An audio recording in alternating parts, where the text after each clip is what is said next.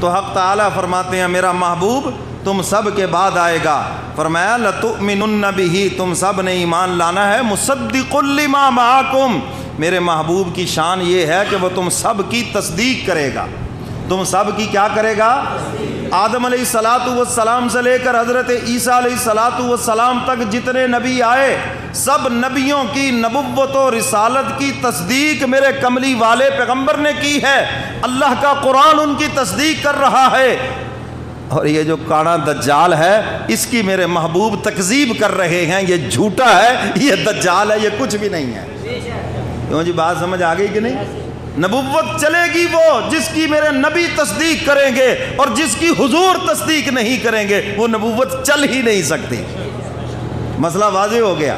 تو میرے محترم سامعین, حضور علیہ السلام اللہ کے سچے اور آخری رسول ہیں, اور یہ آپ کا عقیدہ کمزور نہیں ہونا چاہیے, مضبوط ہونا چاہیے. حضرات صحابہ کرام کے دور میں بھی ایسے لوگ آئے جنہوں نے کوشش کی کہ کسی طرح اس عقیدے کو کمزور کر دیا جائے, کیونکہ جب یہ رستہ کھل گیا اب جھوٹے نبی لا کر پھر تم سے قرآن کا انکار کرا دیا جائے گا, ہیں جی. اور انگریز نے پیدا بھی اسی لیے کیا تھا جہاد کا انکار کرا دیا جائے.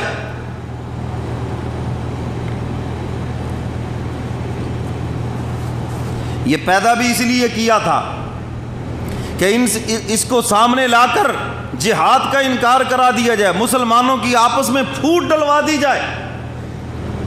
تو میرے محترم سامعین, اس وقت جو بالغ نظر تھے, اس وقت جو اہل نظر تھے, اس وقت جو اللہ کے مقبول بندے تھے, آنکھیں کھولیں اور اس فتنے کا مقابلہ کیا.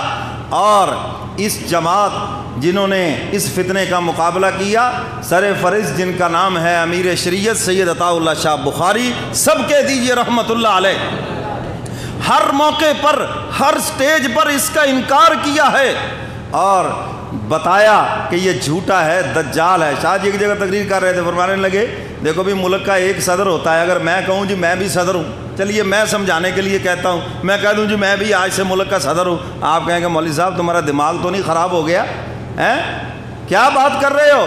جو منتخب صدر ہے آپ اس کے مقابلے میں کہہ رہے جی میں ایسے ہی صدر ہوں, ایسے کیسے ہو سکتا ہے؟ تو میں نے کہا جو منتخب نبی ہے تو اس کے مقابلے میں کوئی کیسے اٹھ کے کہہ سکتا ہے کہ میں بھی نبی ہوں؟ شاہ جی یہی تو فرماتے تھے کہ جو اللہ کی طرف سے آخری پیغمبر ہے اس کے مقابلے میں کوئی نبی نہیں ہے. اگر ان کی موجودگی میں اور نبی بھی آ جائیں تو وہ بھی ان کے پیچھے کھڑے ہوں گے, ان کو بھی آگے کھڑے ہونے کی اجازت ہی نہیں ہے. جسٹس مرزا بشیر کی عدالت میں شاہ جی چلے گئے اور یہ بے ایمان بھی تھا, آمنے سامنا شاہ جی کہتے ہو گیا وہاں پر.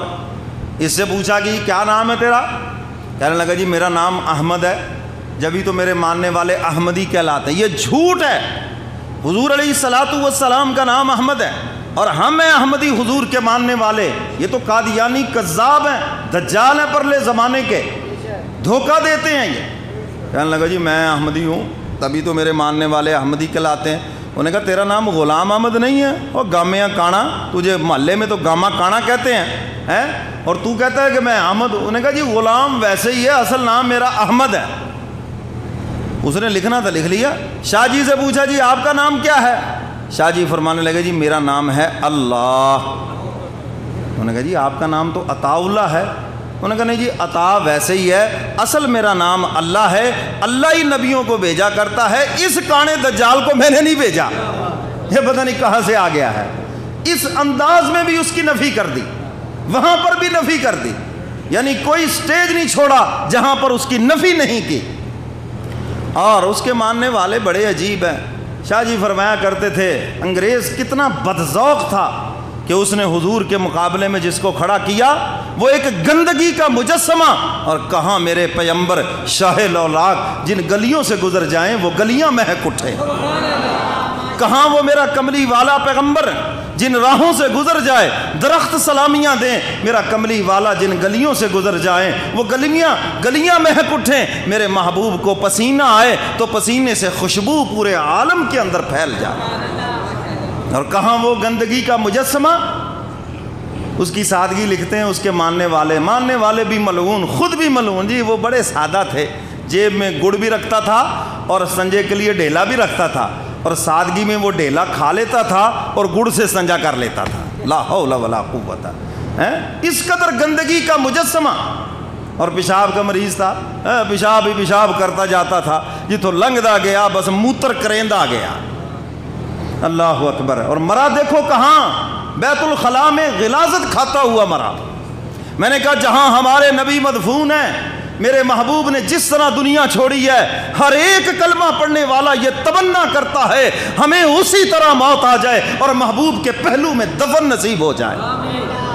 کیوں جی, ہر ایک تمنا کرتا ہے نہیں. میں نے کہا تم کر کے دکھاؤ تمنا, جیسے تمہارا یہ جھوٹا دجال مرا ہے تم بھی اسی طرح مرنے کی تمنا کرو, اور جس طرح وہ جہنم رسید ہوا ہے تم بھی جہنم رسید ہو کے دکھاؤ نا.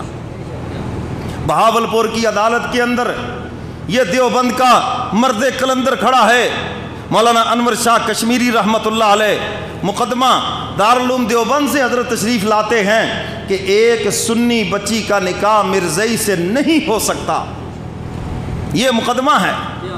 اور حضرت نے دلائل دیے, انبار لگا دیے, اور آخر میں حضرت نے کہا چونکہ عدالت کا وقت ختم ہو گیا ہے, اگر عدالت ایک لمحے کے لیے مجھے اجازت دے اور یہ پوری عدالت جج سمیت وکلاء سمیت حتیٰ کہ یہ مرزائی بھی یہ آنکھیں بند کر لیں, میں غلام احمد قادیانی کو جہنم میں جلتا ہوا سب کو دکھا دیتا ہوں.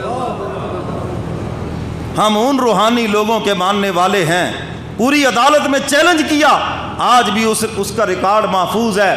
اور انور شاہ کشمیری رحمت اللہ علیہ نے جب یہ بات کہی تو مرزائی کتابیں چھوڑ کے بھاگے وہاں سے. پھر انہوں نے کہا ہم اس کا کیسے مقابلہ کر سکتے ہیں. تو حضرت شاہ صاحب نے فرمایا میں نے جو دلائل دیے ہیں اللہ کی رحمت سے امید ہے فیصلہ میرے حق میں آئے گا.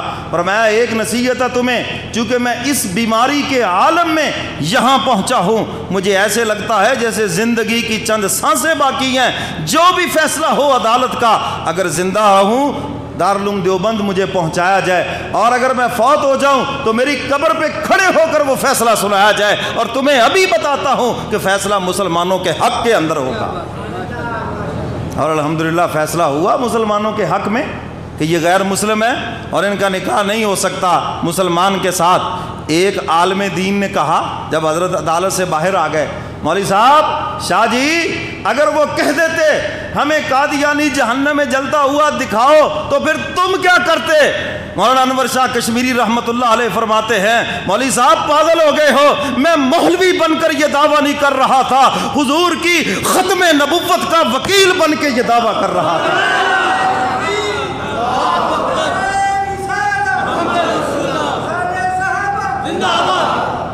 اور میں جب وکیل عدالت میں بات کرتا ہے ہار جائے یا جیت جائے یہ تو پیچھے والوں کا مسئلہ ہوتا ہے نا, وکیل تھوڑی ہارتا ہے, وہ تو پارٹی ہارتی ہے جو پیچھے کھڑی ہے. اور میں نے یہ دعویٰ کر دیا, پیچھے اللہ ہے یا اس کا رسول ہے, اللہ جانے اور اس کا رسول جانے. میں تو وکیل بن کے کھڑا ہوں عدالت میں حضور کی ختم نبوت کا. تو میرے محترم سامعین, ہمارے بڑوں نے یہ جنگ لڑی.